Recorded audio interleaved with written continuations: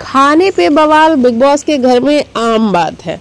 जब देखो खाने पे ही बवाल होता है। नेहल का भी मुद्दा खाना ही होता है कि अभिषेक सारा खाना खा जाता है। हालांकि देखो सारा का सारा घर ये कह रहा है कि अभिषेक सारा खाना खा जाता है, तो इट मीन्स कि अभिषेक ज़्यादा तो खाता ही होगा। और वहाँ पे खाना आई थिंक मिलता भी नहीं है, तो जितना भी मिलता होगा उसे लगता होगा कि भाई जिम करने वाला बंदा है, उसे लगता है कि मिल रहा है तो खा लो, तो वो खा लेता होगा, मुझे ऐसा लगता है।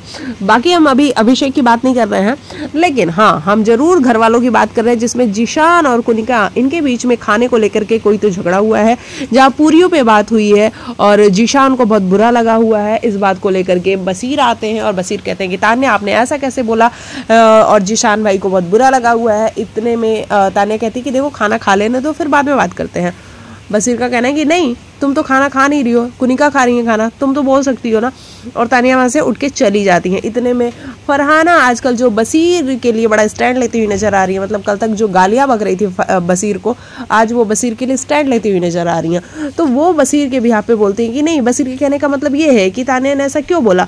और इतने में अमाल भाई साहब जो इतने दिनों तक सो रहे थे, आज उनकी नींद खुल गई है।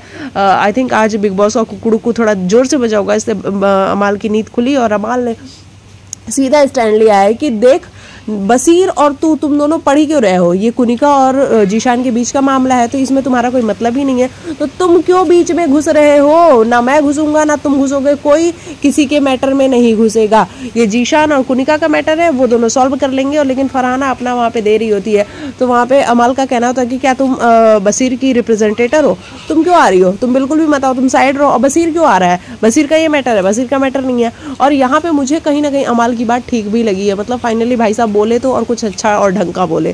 बाकी आप लिखना, आपको क्या है कहना।